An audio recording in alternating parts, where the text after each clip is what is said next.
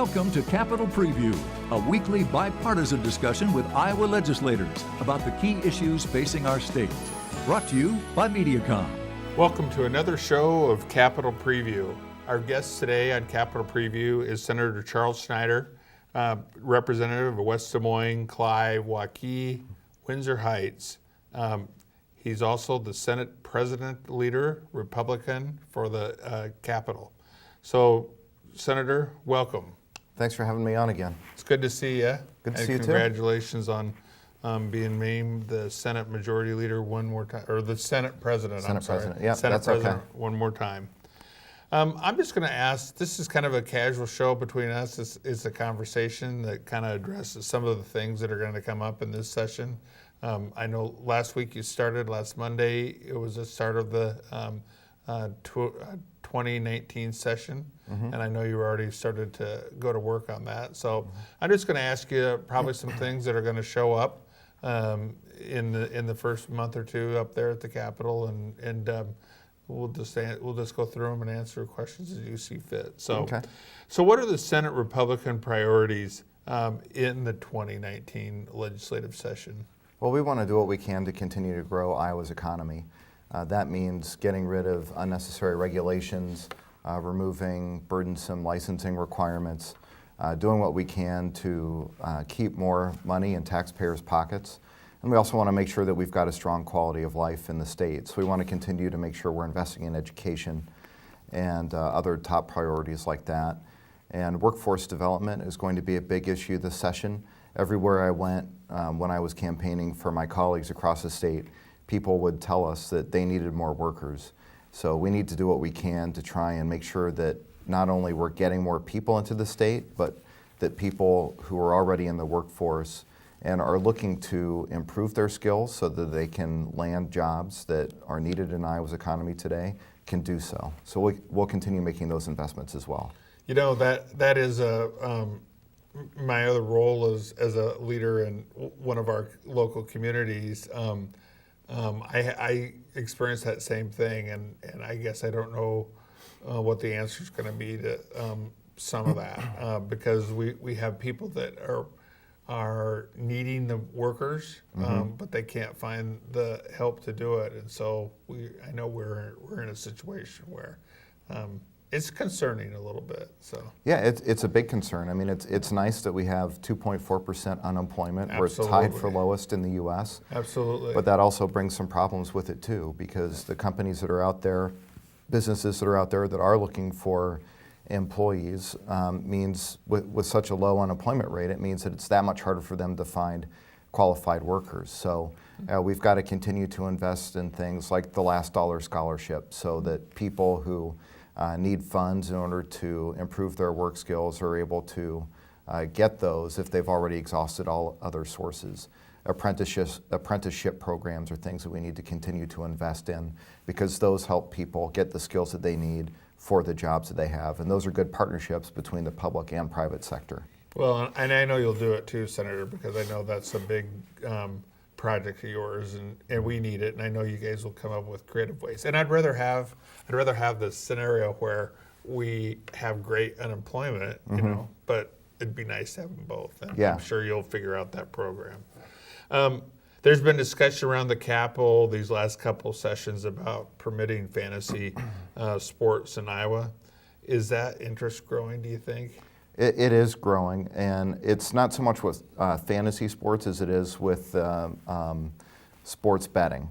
So the Supreme Court case that last year made it possible for states other than Nevada to legalize sports betting in the state means that a lot of states are taking a look at this right now. Some have already passed their own bills. It's an issue that I know a lot of people in my Senate district are interested in, and I think that there's a way to get something done on that while still making sure that we're confining the scope of sports betting to kind of the casino platform where the casinos already know who's added themselves to the list to make sure that they can't bet again if they do have a problem, and that we're continuing to invest in betting cessation programs as well. So do you anticipate, do you anticipate a bill being introduced in this session? Yes, I do. And I don't know how soon that will happen, but I think we'll see some legislation on that pretty soon. Okay. Senate Republicans have talked repeatedly about creating a better environment to grow Iowa's economy, and you touched on that a little bit with the unemployment. What does that look like in the 2019 legislative session? I don't want you to repeat yourself, but I think it's kind of merits a little bit. Mention that again because it is important. It is. Yeah. We're competing with 49 other states to retain and attract people to our state. And the things that we need to do are focus on what we can control. There are some things that are out of our control, like weather and geography. We're never going to have mountains or oceans here. We're never going to have pleasant weather all year round. But there are things that we can control that we need to do a better job of managing so that we're more competitive with other states. So that's why, for example, last year we passed that historic income tax cut bill and modernization bill because we have been uncompetitive when it comes to income taxes. We see too many retirees leave the state after they retire so that they can pay less in tax. We see people take jobs in states with no income tax or lower income tax than Iowa so that they can keep more of their hard-earned money. So those types of things, business regulations that are unnecessary, are things we need to take a look at. And I think job licensing requirements are another one too. And you know, I feel like, I think that's, I've talked to lots of different people too, that once their retirement happens, they might split their residence between, Iowa and Florida. So, Yeah. It is kind of a concern. It is. I don't think it's anything to, to have grave concern about, but it's still, if our residents are keeping residents in both places, it does have an impact on us a little bit. So. And the problem is when those people do leave, they take with them a lot of the resources that they have, a lot of the capital, their money, right. And they're giving less money to local charities. They're putting less money into the local economies, especially in rural Iowa, and those things have a detrimental impact on the state as a whole. So it's something that we need to continue to work on to make sure that we're more competitive. Mental health continues to be at the forefront of many Iowans' concern because it's impacting more and more Iowa families.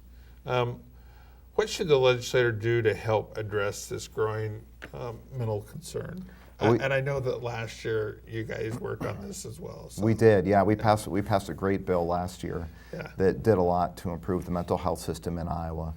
We set up triage centers throughout the state so that people who are having some kind of mental illness incident can go to those centers immediately, and the people staffing those centers can figure out what level of care they need so that we're freeing up beds in emergency rooms for people who truly need them for that purpose. This year, the focus is going to be more on children's mental health. The bill that we passed last year required the establishment of a children's mental health task force that convened during the last interim. That task force put together a set of recommendations for things to do to improve children's mental health, and the governor is going to make some recommendations based on those to the legislature for us to work through.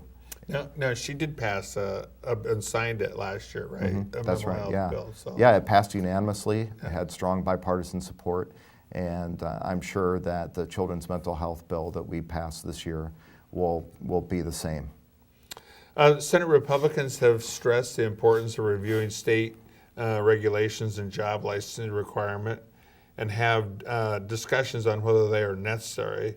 And if that discussion you anticipate having this legislative session. Is this a discussion you plan on having? Well, this is probably more of a personal priority for myself, but I think that my colleagues on both sides of the aisle would agree that we do need some level of licensing requirements in order to protect public health and public safety and make sure that we've got some kind of minimum competence. But sometimes those requirements go overboard. And when that happens, it can trap the unwary in debt, and they can serve as barriers to entry for people who may want to start a business on their own or take a chance and go into business with a few different people. So, I'll tell you a story. a young woman I got my hair cut a few months ago, and the woman who cut my hair already had a cosmetology degree, obviously, because she was able to cut hair. And she was telling me that she wanted to do shaves for beards as well. Well, she would have to go all the way through barbering school in order to do just that one additional thing. So she'd already had to do 2,100 hours of training for cosmetology. She would have had to do another, I don't know, 1,800 or 2,100 to go to, to go to barbering school just to learn how to shave. And a lot of the stuff she's learning, she already knew because she'd been doing it for years. So she did ultimately do that, and she was successful doing it and did it in a relatively short period of time. But still. But yeah, it's crazy, isn't it? It's just a waste of Well, time, especially it's a waste since of you've money. been trained to do all that, Yeah, right. Yeah, I mean, completely they left unnecessary. One part, yeah, exactly. You passed a historical tax bill last year, and there's talk about addressing the property tax again this year. Why is that so important for Iowans? One of the big issues with property taxes is, or one of the demographics that are most impacted by it are a lot of retirees and senior citizens who are living on fixed incomes. You know, their incomes are fixed while they retire. Maybe they bought their home 30 years ago and they're not planning to move out anytime soon, but the increase in property tax and the total property taxes has a detrimental impact on their overall income. So that's one of the reasons why it's an important issue. There are a lot of retirees in my Senate district who are impacted by this. And when compared to other states, our overall level of property taxation is relatively high too. So that's why it's an important issue. Why are the Senate Republicans? What are the Senate Republicans' priorities going to be in the 2019 session? So workforce development is going to be a big one. The children's mental health bill that we talked about, and we're going to continue to find ways to try and lower Iowans' overall tax burden and get rid of unnecessary regulations and licensing requirements so that people have more of an opportunity for upward mobility, and job creators have more of an opportunity to invest their money into salaries for their employees or investing in their business or hiring more people. That sounds like something that both sides should work on. Yeah, correct? You'd think so. I certainly hope that a lot of those, I think several of those issues will have bipartisan support, and hopefully we can have some bipartisan support on all of those. Me too. There's been a discussion around the Capitol the last couple sessions about permitting fantasy sports in Iowa, and we kind of hit that one. Yeah. Yeah, that's the sports betting issue. I think that we probably will end up seeing something. I guess now that we're back to that again, what are the why do people not object to it? A lot of people are doing it already. So I guess it's, and I don't do this, but I know people who do, and there, I guess, are apps you can use on your phone to bet, or it might not be that. It might just be that people will have bookies who kind of create their own book and will collect money from people and pay it out to people who win. So I think a lot of the apps actually are geo-fenced so that at least for the legitimate bettors, so that if we pass a law in Iowa, for example, someone from Illinois can't use their phone to place a bet in Iowa because they're not geographically located in the state. The technology is sophisticated enough now that the casinos will know where someone is located. Yeah, and I guess I hadn't heard about that until this year, about the becoming legalized. I knew people had done it, but I didn't realize it had become legalized. So the Senate Republicans have talked repeatedly about creating a better environment to grow Iowa's economy. We kind of hit on this a little bit too. So what's that look like then in your legislative session? So, we talked about that a little bit, but for the average Iowan, I think what it will look like is more opportunity to advance in their careers, more opportunity to explore new careers, more opportunity to keep more of their hard-earned money so that they can pay off student loans or so that they can start a family or buy their first home. So what we're trying to really do is get rid of barriers to entry for people who want to take a chance and fulfill their American dream of starting a new business, and do things like that, make Iowa a more attractive place for people. So one thing I'm curious about that we're going to be facing in the very near future, and that is the presidential elections. They're already starting to line up, and I realize that you probably have your person, the president. But I'm just curious what you think the next presidential election is going to look like. I mean, they've already got people on the Democratic side lined up, starting to line up for the race. So yeah, it looks like it's going to be a wide open race on their end. On the Republican side, I don't know if anyone will try to present a primary challenge to President Trump or not. So we'll just kind of have to see how it all plays out. It's still relatively early, but the fact that there are so many Democrats already declaring seems to indicate that it's going to be a wide open race on their part. That's good for Iowa's economy. It absolutely is. I think it's going to be reversed this year. I think there's going to be 17 Democrats and and a couple Republicans. Last year or 2 years ago it was 17 Republicans. Yeah. And a few Democrats. Yeah. So what do you think about our first woman governor? And this is the first time Iowa's had a woman governor, Kim Reynolds. And, I look forward to see where because to me, what happened last week was her first official stamp in her own right. She achieved the election in her own right. So I'm curious what you think she'll change as far as what she has been doing. I think she's going to provide some strong leadership to the state. I think her priorities are closely aligned with ours in the Senate Republican caucus, and with the priorities of everyday mainstream Iowans. In her inaugural address and in her condition of the state speech, she talked about things like workforce development and children's mental health and providing more opportunities for people who want to take advantage of the opportunities afforded to them. So I think and we've seen a lot of shakeup in her staff already, so she's hiring her own people and moving forward with her own priorities. And she was helpful to us last session as well. She helped with the mental health bill that we passed last year. She was a champion of the largest income tax reduction that we've ever seen in our state, and was really instrumental in helping us move that through both chambers.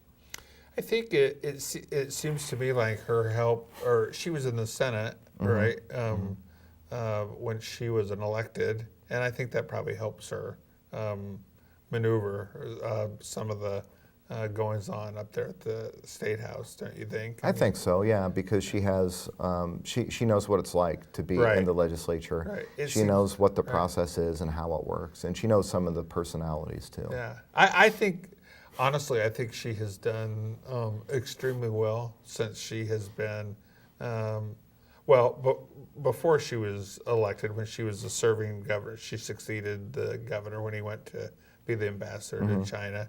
And I think she, whether you agree with her politics or not, she kind of took the bull by the horn. And now you can clearly see that she's in her own right because she changed up a lot of her, her chief of staff and several other positions. Yeah, a lot of department heads. Yeah, department heads. So I think she's going to be. It'll be interesting to see what she does in her own right as governor. Yeah, me too. So what are some of the other important things that you want to accomplish while you're up there? I know we've hit a couple of the big things, but I don't want to put you on the spot, but I just wondered if there were anything personally that you wanted to see happen up there at the legislature.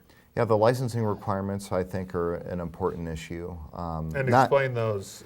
Yeah, so as we were mentioning earlier, or when I started talking about licensing requirements, I mentioned that we have to have some level of licensing requirements for certain occupations just to protect public safety and public health. But we are one of the most heavily licensed states in the country. And we have a lot of license requirements for occupations that some states don't have. So And why is that? Why are we so I don't know how we got to overly this regulated, point. right? Yeah, I don't know how we got to this point. I've voted against expanding licensing requirements. I think every time I've been presented with a bill to do so. Sometimes I've been the only person to vote against a new licensing requirement. But again, some of those are necessary, but others I don't believe are. So we should take a look at those, or they're just overly burdensome. So we ought to take a look at those and I think reduce the number of license requirements where we can, and maybe even get rid of some if at all possible too. I know Medicaid's been an issue with this legislature, and with the present and past governor. So, can you shed a little bit of light on that, where we are, and how that's going to turn out for us as a state? Yeah, I think it's moving in the right direction. Again, this is something that 40 other states already do, so we were kind of slow to get into this. And they do that for what reason, Senator? Well, to help bend the cost curve in healthcare spending. Okay. It's I don't think anyone would argue that healthcare costs are increasing more than inflation and more than many of the other expenses they see. So that's why a lot of states move toward that, and that's why Governor Branstad decided to do that a few years ago when we moved into that area. Mm-hmm. And since becoming governor, Governor Reynolds has hired a new director for the Department of Human Services, a new Medicaid director, a new actuary, and we're very close to entering into new contracts with the existing MCOs, and the market is still strong enough that third MCO is going to be coming into the marketplace later this year. So things are getting better. They're not perfect yet. It's something we need to continue to work at. And as a legislator, I'm committed to making sure that we get this right. Is it pretty typical that when you start a new program like this, that you have to tweak it in the first year or two? I'm sure that's probably the case. I haven't looked at what other states have done, but I'm told that was what happened when we moved to managed mental health care a few years ago. And I can't remember the name of the provider that provided those services then, but I'm sure there are always some tweaks that need to be made. But the most important thing for me is to make sure that my constituents who need services are getting them, right, and that the providers in my district that I hear from are getting paid on time and quickly. Yeah. Well, you have this is obviously not your new position. You were elected president last year of the Iowa Senate, correct? Mm-hmm. Yeah. So I think everybody kind of knows what the roles are, but I just would be interested in tell what the president of the Senate does. So the main responsibility that I have as Senate president is to preside over the meetings that we have during the legislative session. So I'm the person in the dais who's recognizing people when they want to speak, to make an announcement or give a point of personal privilege, or debate a bill or introduce a bill for the chamber to vote on. And part of what I'm going to really focus on this year is decorum and civility. I think we're seeing that got out of control a little bit. I don't think it necessarily got out of control. Maybe a couple of times, yeah, people's passions got the best of them. Right. We as Iowans still are better than a lot of other states, but the level of discourse, I think, around the country right now is just getting out of hand. And what I'd like to see us do in the Iowa Senate is be respectful of one another. Remember that we're disagreeing on policy, and we're not attacking people personally, or we should not be attacking people personally. Reasonable people can have differences of opinion, and that doesn't mean that those differences of opinion give people the entitlement to attack someone other personally or call them names. Absolutely. I 100% agree with that. I think that's what always has made Iowa was that we had a civility. We could debate, mm-hmm, and strongly debate, mm-hmm, but we had a civility towards. We are all Iowans after all, not some East or West Coast legislator that forgets what civility is like. We're still in the Midwest, yeah, and I'm proud of that fact. Yeah, and we're not anonymous people on social media who Exactly. can just say whatever they want without fear of consequences, and sometimes just to try and rile people up. That's not who we are as legislators. We need to be respectful of one another and respectful of other people, and we need to reflect that in how we interact with each other on the floor of the Senate.